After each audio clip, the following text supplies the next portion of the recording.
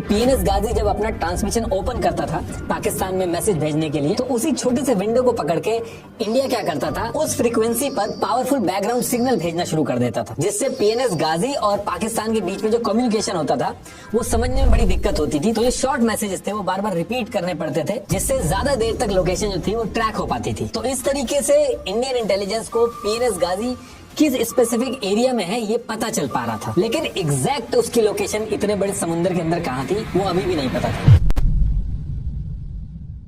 तो अब इसके बाद 28 नवंबर 1971 को गाजी अपने मिशन को पूरा करने के लिए श्रीलंका से निकल चुका था आईएनएस विक्रांत को मारने के लिए, और श्रीलंका से निकलने के बाद 2 दिन तक ट्रैवल करता है और 22 नवंबर 1971 को वो मद्रास के एरिया में पहुंच के आईएनएस विक्रांत को ढूंढने लगता है। तो अब पीएनएस गाजी जब मद्रास के एरिया में पहुंच चुका था तो जो इंडिया की ईस्टर्न नेवल कमांड थी, इन्होंने क्या कर रखा था, मद्रास पोर्ट के आसपास जो फिशिंग कम्युनिटी रहती है उनमें से कुछ लोगों को बेसिक ट्रेनिंग वगैरह दे रखी थी, जिसमें इनको ऑयल स्लीक, स्नॉर्केल या फिर सबमरीन के ट्रेस से रिलेटेड कुछ भी दिखता था तो ये लोग उसको पहचान जाते थे और जो नियरेस्ट नेवल आउटपोस्ट होती थी उसको रिपोर्ट कर देते थे। तो जब पीएनएस गाजी मद्रास पोर्ट पे पहुंच के आईएनएस विक्रांत को ढूंढ रहा था तो उसी टाइम पे कुछ मछुआरे जो थे उन्होंने रिपोर्ट कर दिया था कि उनको किसी बड़ी सी सबमरीन के ट्रेस दिखे। तो ये जो ट्रांसमिशन की डिटेल्स थी और फिशिंग कम्युनिटी के जो इंटेल्स थे, इन सबको मिला के ये चीज पता चल चुकी थी कि पीएनएस गाजी अब मद्रास के पोर्ट के आसपास ही कहीं पे आ चुका है। और जैसे इस चीज के बारे में वाइस एडमिरल एन कृष्णन को पता चलता है तो ये बहुत ही अलार्मिंग सिचुएशन थी। तो अब यहाँ से वो मन बना चुके थे कि आईएनएस विक्रांत को मद्रास पोर्ट से शिफ्ट करना पड़ेगा, क्योंकि वॉर होने से पहले वो आईएनएस विक्रांत को पीएनएस गाजी के साथ एंगेज नहीं करना चाहते थे। तो उनके पास अब ऑप्शन बचा था कि आईएनएस विक्रांत को मद्रास पोर्ट से विशाखापट्टनम वाला जो पोर्ट था वहां पे शिफ्ट कर दें। लेकिन मल्टीपल डिस्कशन के बाद ये डिसाइड हुआ कि अगर विशाखापट्टनम जो पोर्ट है उसमें भी अगर शिफ्ट कर दें तो जैसे मद्रास पोर्ट तक पीएनएस गाजी पहुंच चुका है तो विशाखापट्टनम पोर्ट तक भी पहुंच जाएगा। तो इसका मतलब है कि विशाखापट्टनम पोर्ट में भी शिफ्ट करने के बाद कोई गारंटी नहीं है कि आईएनएस विक्रांत सेफ रहेगा, सेम सिचुएशन वहां भी रिपीट हो जाएगी। अब ये सारे डिस्कशन जब चल रहे थे तो यहीं से डिसाइड होता है कि अंडमान एंड निकोबार के पास एक सीक्रेट लोकेशन है जिसका कोड नेम था पोर्ट एक्सरे। वहां आबादी बिल्कुल भी नहीं थी, पानी बहुत साफ था और इस लोकेशन का बिल्कुल भी किसी को आइडिया नहीं था।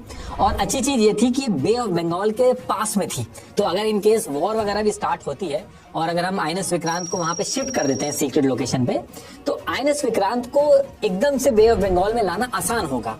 दूसरी चीज, पानी साफ था तो कोई अगर पीएनएस गाजी जैसी शिप अगर वहां पे आएगी तो उसको ट्रैक करके उसको गिराना आसान होगा, साफ पता चल जाएगा साफ पानी में। तो इस सारे डिस्कशन होने के बाद बिना टाइम वेस्ट किए आईएनएस विक्रांत को इस सीक्रेट लोकेशन जिसका कोडवर्ड था पोर्ट एक्सरे यहाँ पे शिफ्ट कर दिया जाता है। अब आईएनएस विक्रांत जो था वो तो शिफ्ट हो गया था, लेकिन वहीं दूसरी तरफ जो मद्रास पोर्ट था उस पोर्ट से 12 से 15 माइल्स की डिस्टेंस मेंटेन करके पीएनएस गाजी पाकिस्तान के नेवल हेडक्वार्टर के साथ कोऑर्डिनेट करके कंटिन्यूअसली आईएनएस विक्रांत को ढूंढ रहा था। और पाकिस्तान नेवल हेडक्वार्टर जो था वो अपने अलग अलग सोर्सेज जो ग्राउंड पे थे उनसे आईएनएस विक्रांत की लोकेशन का पता लगाने की कोशिश कर रहा था और जो छोटी से छोटी इन्फॉर्मेशन आती थी वो पीएनएस गाजी को एक सीक्रेट कोड के थ्रू भेजता था। तो इस तरीके से ये कोऑर्डिनेशन बना के मद्रास पोर्ट के पास आईएनएस गाजी को ढूंढ रहे थे। और इसी टाइम पे पाकिस्तान नेवल हेडक्वार्टर से एक मैसेज भी भेजा गया था, ये उस मैसेज की कॉपी है। इसमें पापा, कराची और अरेबियन सी के बीच में एक लोकेशन थी, उस लोकेशन के बारे में रेफर किया गया है।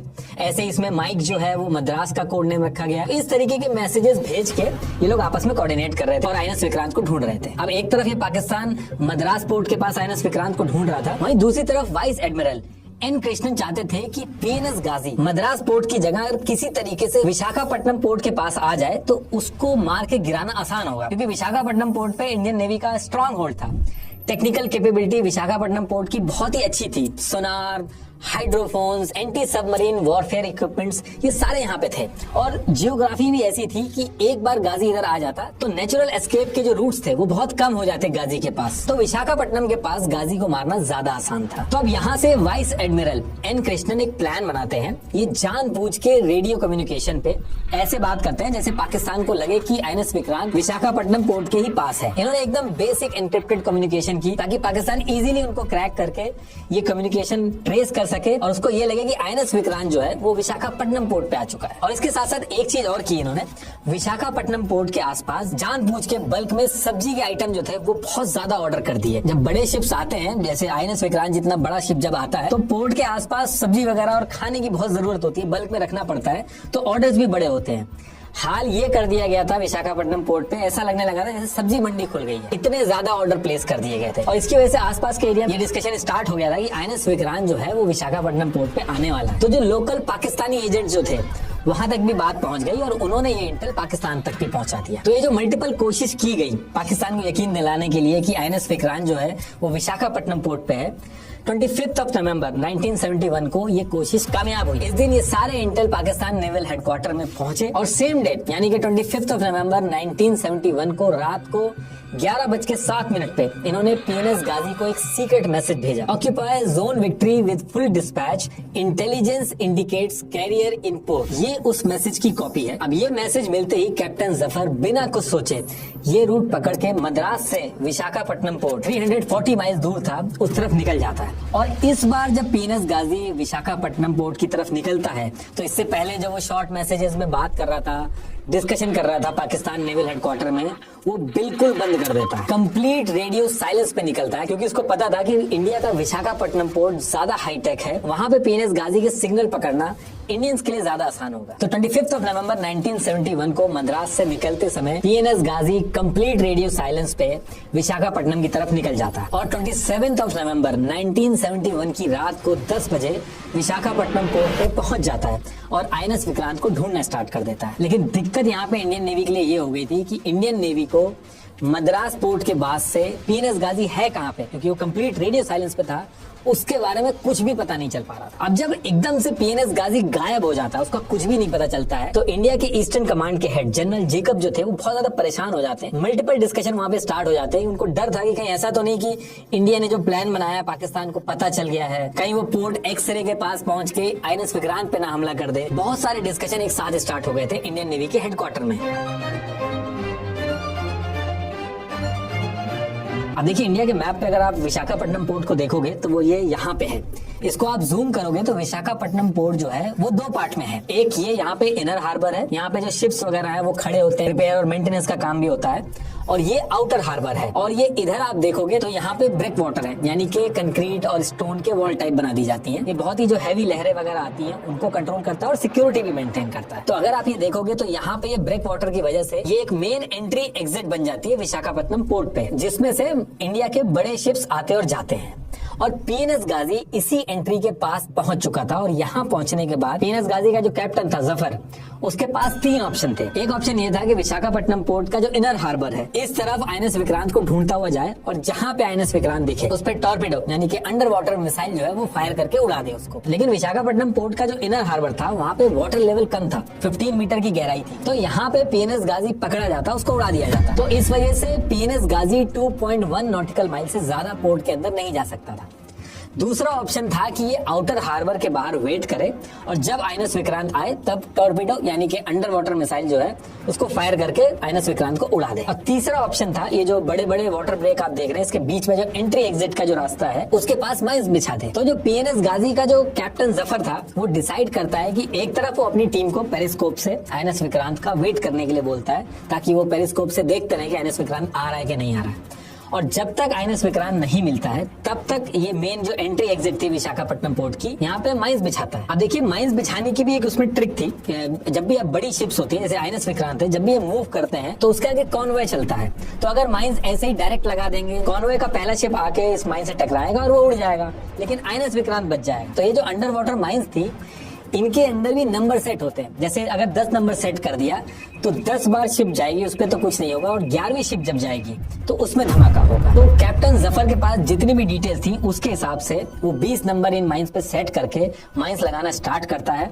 दूसरी टीम कॉन्टिन्यूसली पेरिस्कोप से आईएनएस विक्रांत को ढूंढ रही थी। तो 28 नवंबर 1971 को कैप्टन जफर यही आउटर हार्बर के पास माइंस लगाना स्टार्ट करता है और हर माइन के बीच में 150 मीटर का गैप रखता है और 30 मीटर की डेप्थ मेंटेन करता है। और एक माइन को लगाने में कम से कम 30 से 50 मिनट का टाइम लगता है। तो करीब 40 से 50 मिनट के अंदर ये अपनी पहली माइन लगा लेता है और फिर इसके बाद दूसरी माइन लगाना स्टार्ट करता है। और जैसे दूसरी माइन लगा रहा होता है, जो दूसरी टीम थी जो पेरिस्कोप लेके नजर रख रही थी, आईएनएस विक्रांत को ढूंढ रही थी, उनको दूर से एक शिप आता हुआ दिखता है। एक्चुअल में आईएनएस विक्रांत नहीं था, आईएनएस मगर था, जो अपने नॉर्मल रिपेयर वर्क के लिए विशाखापट्टनम पोर्ट की तरफ आ रहा था। अब जब पेरिस्कोप में इनको ये शिप दूर से आता हुआ दिखता है तो इनको लगता है कि जब तक वो पास में आएगा तब तक ये दूसरी माइन लगा लेंगे, लेकिन यहाँ पे इनसे मिसकैलकुलेशन हो जाती है। जब तक ये दूसरी माइन लगाते इससे पहले ही शिप इनके पास में आ गया, और जैसे ही पास में आया तो इमरजेंसी में पीएनएस गाजी को लेफ्ट साइड में डाइव लगवाई, वरना टक्कर हो जाती। और जैसे ही 2400 टन से ज्यादा वेट के गाजी ने सडन डाइव मारी तो एकदम वो डिसबैलेंस हो गया और सीधे नीचे जाके सी के फ्लोर से जाके लगा,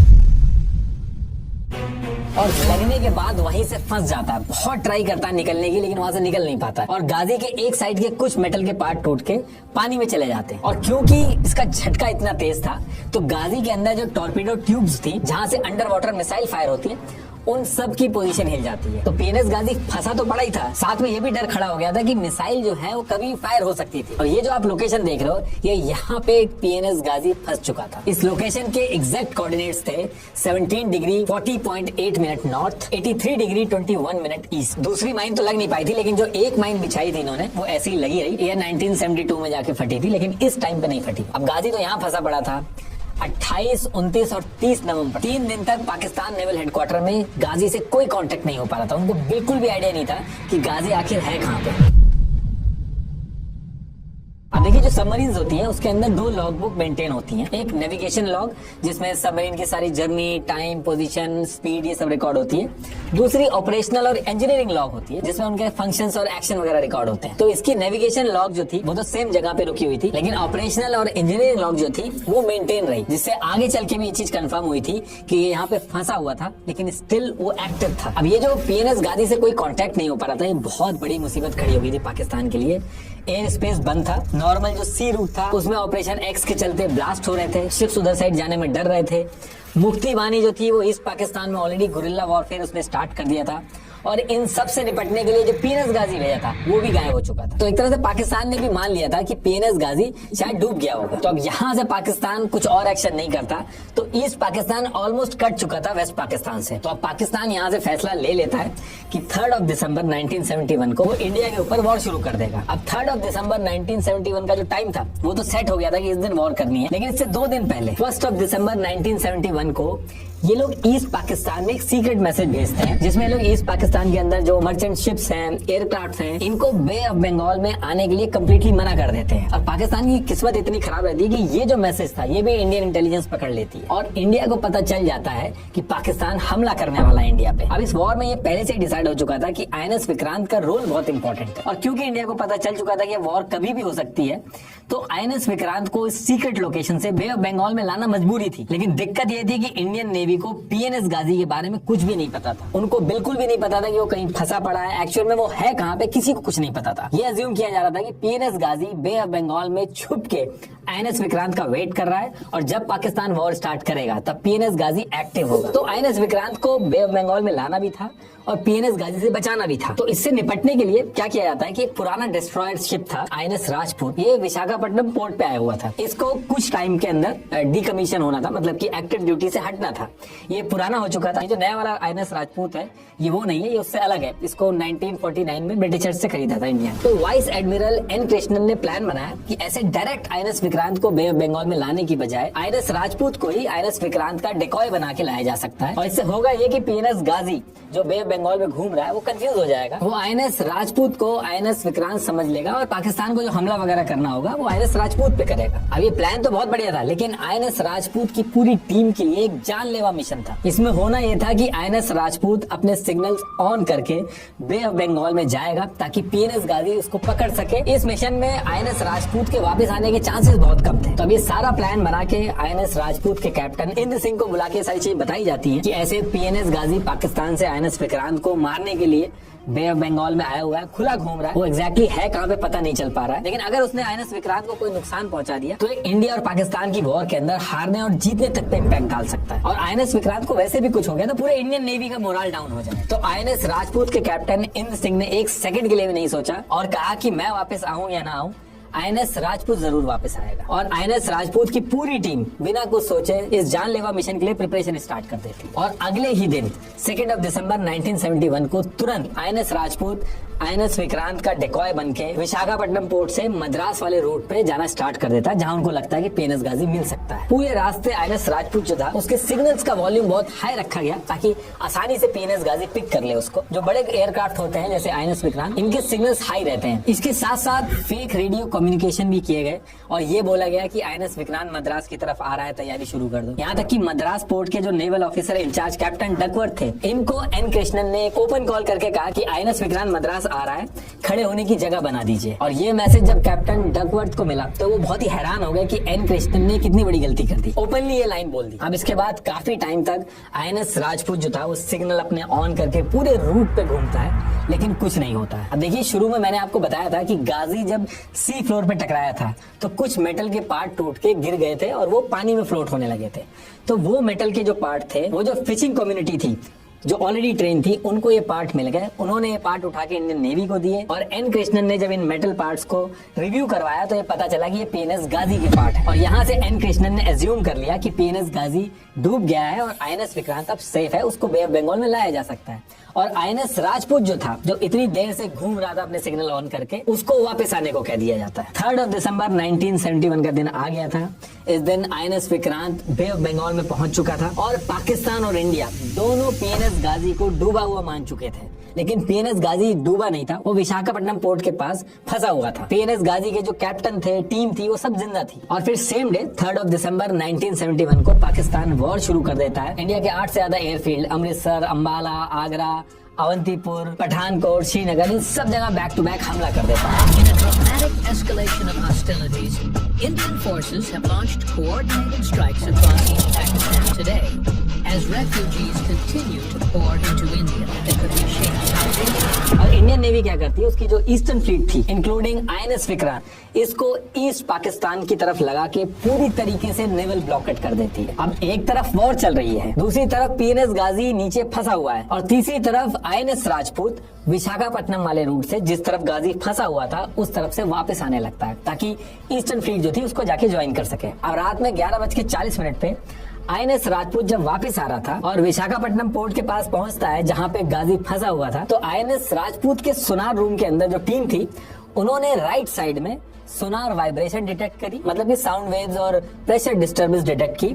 ये वाइब्रेशन एक्चुअल में गाजी की थी, जो बार बार ऊपर आने की कोशिश कर रहा था, उसकी थी। अब क्योंकि वॉर चल रही थी इंडिया पाकिस्तान के बीच में, तो आईएनएस राजपूत की टीम ने बिल्कुल भी रिस्क नहीं लिया। जिस लोकेशन से वाइब्रेशन आ रही थी उसके पास पहुंच के कैप्टन इंद्र सिंह ने 2 डेप्थ चार्ज फायर करवाए। बहुत ही हैवी होते हैं। जब ये 2 डेप्थ चार्ज फायर हुए तो बहुत जोर से धमाका हुआ और आसपास जो लोग थे उनके घरों में हल्का अर्थक्वेक भी आ गया। इस पूरे समुद्र वाले एरिया में हैवी वाइब्रेशन स्टार्ट हो गई और इसकी वजह से हुआ ये कि गाजी के अंदर जो टॉर्पीडो ट्यूब्स थी, जो ऑलरेडी अपनी लोकेशन से हट चुकी थी, हिल चुकी थी, वो अपने आप फायर हो जाती हैं। तो उसकी भी बहुत तेज आवाज आती है। अब वो कहाँ जाके लगी ये नहीं पता चल पाया, लेकिन बहुत हैवी आवाज के साथ वो फायर हो जाती है। और फिर थोड़े टाइम बाद आईएनएस राजपूत की टीम ने देखा तो जिस जगह से वाइब्रेशन आ रही थी वो बंद हो जाती है। और आईएनएस राजपूत के कैप्टन जो थे, ये सारी डिटेल एन कृष्णन जो थे उनको भेज के आगे बढ़ जाते हैं। अब अगले दिन सुबह के टाइम में जो लोकल मछुआरे थे, सेम एरिया से उनको मेटल और लाइफ जैकेट मिलती है। उन लाइफ जैकेट्स पे USS डायब्लो लिखा था।